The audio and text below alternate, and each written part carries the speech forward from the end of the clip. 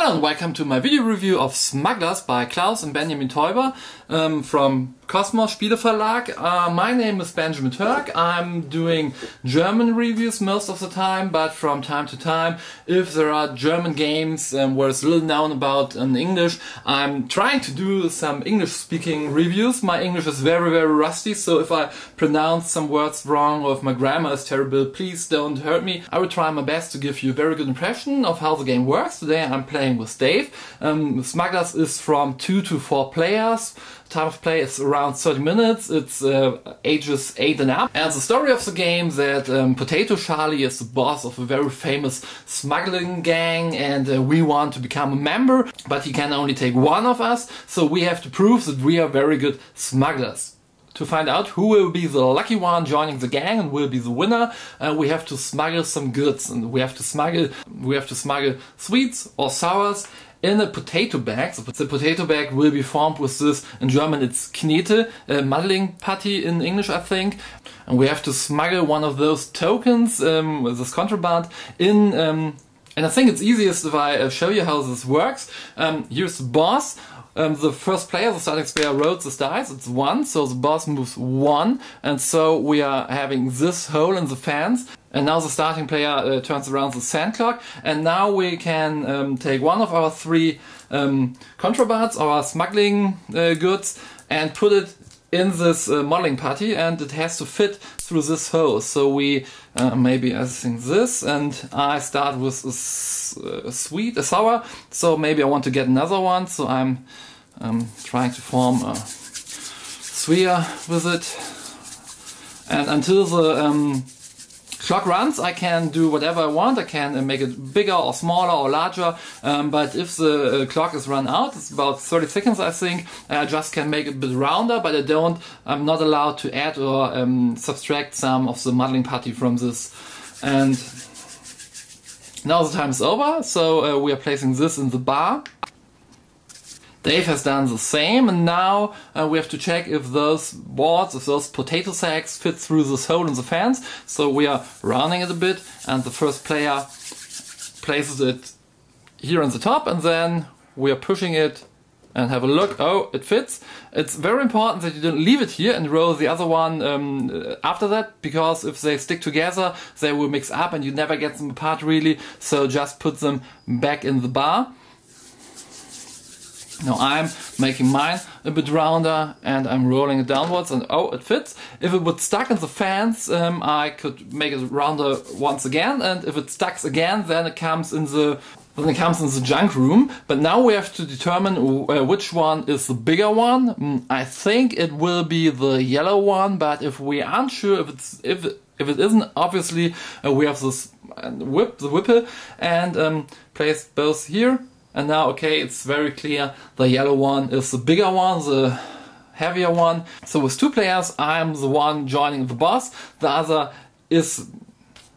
one is put in the junk room. The other one has to take place in the junk room. If we are playing with more players, the second largest one takes a place here, and all others are placed in the junk room. So now it's time for the third phase. The one who's in the first place, can inspect one of those in the junk room. So now, since Dave is the one sitting in the chair, he can inspect my potato bag and can guess what I have in it, and maybe he will think, okay, I think you have some sour in it, and then we will look into the bag and see, okay, it's yellow, so it's sour, that's right. So now not I'm getting the sour token, but Dave is. The symbols on it don't matter at all, just the color is important. If Dave would have guessed wrong and would think, oh, maybe no, I think that you think that I have a yellow one, so I put a red one in it, and he guessed red, and it isn't red, then I would get the red token instead. Now Dave is showing us what he has smuggled, and well, it's red, that's surprisingly. So now he gets another red smuggled token and has 2. If he has 7, he wins, or if I have 7 of one color, I'm winning, or 5 of both colors. If Dave would have smuggled a blue token, he could take one smuggling good from any other player, so he could have gotten mine. So he, well, I have 0, he would have 3, that's very good for him. So now the next round would start, the next player would be starting player, it's rolling the dice, and oh, it's rolling 5. If you're rolling a 5 or a 6, both are red, the boss don't move at all, he stays where he is. We are forming our potato bag and smuggling goods, and after after the clock is run through, we would roll again, and then we're determining how far the boss goes. So, well, we have to make one that fits. Well, that's a risky one. Do we make large potato bags, and we will be the one who's sitting with the boss, or are we going the sure way and making a smaller one? Well, so now we have a 5, so we are turning around this clock, and now we are starting, and we're thinking and doing our potato bags. And now as the and now the clock runs through, so now we are all finishing. So I was the starting player, so I will roll the dice, and it's a 1, so it's a very, very little hole. So I'm rounding my potato bag again, and then I will have a look, and oh, it doesn't fit. Oh no. So now again I have a second chance to make it a bit rounder. Rolling it. It's a bit too big, but it's too big. So well, I go in the junk room.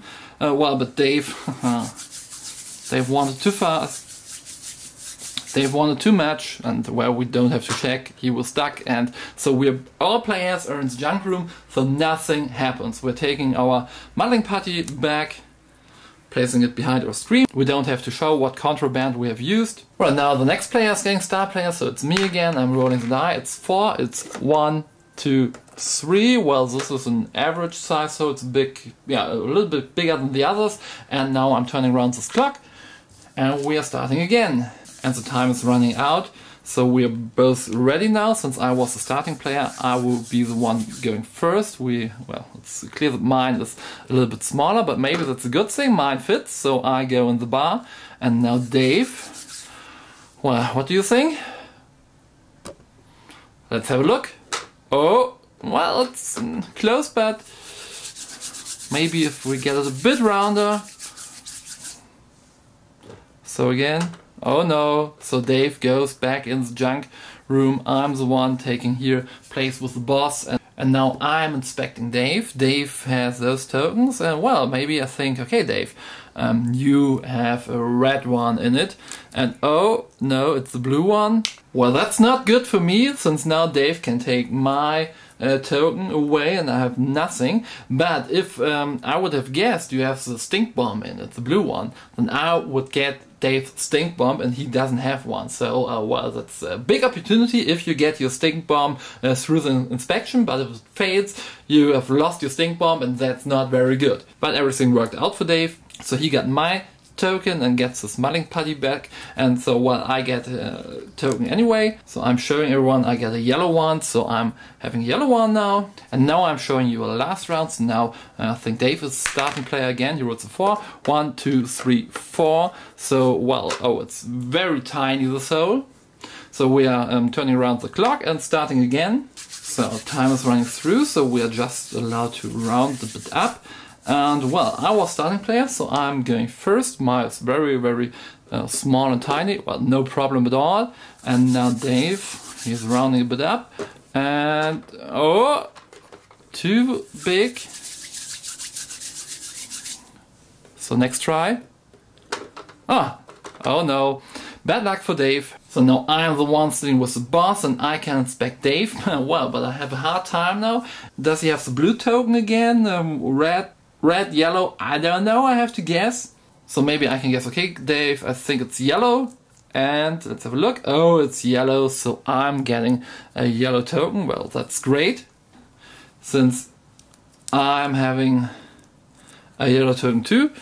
So now I have 3 yellow tokens, and Dave has just 2 of both, so I'm ahead. And now the game continues until one player has 7 of one or 5 of both colors. If you want to shorten the game, you can play it if someone has 4 tokens of both or 5 of all, or you can adjust the numbers the way you want. So I hope you get a good impression on how the game works. Well, the modeling putty is a special one. It doesn't smell.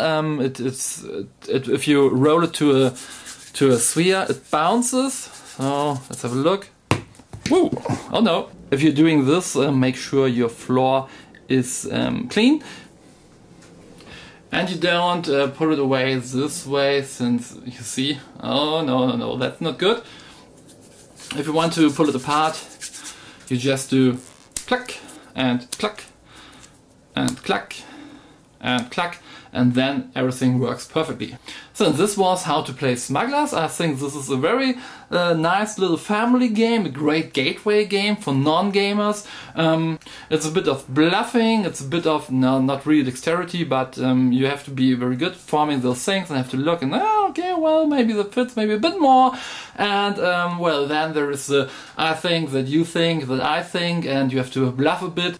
It's a very good gateway game, and it's different from other games. I don't know any game that is like this one. It's not just another Euro, not another trading game. It's, well, it's a very good one. And I don't think it's a game that you are playing again and again and again, but there isn't too much meat in it for that. But it's a game you're pulling out every couple of weeks and have a nice time. It's very good for families, very good with children. And well, that was Smugglers by Klaus Benjamin Törck. And now you know how the game plays. And well, I would be glad if you join me in another video I will do in some time. And if you are German speaking, well, just check out my German speaking videos on brettspielblog.net and YouTube on Brettspielblog. And well, I'm saying bye bye, and Dave says farewell.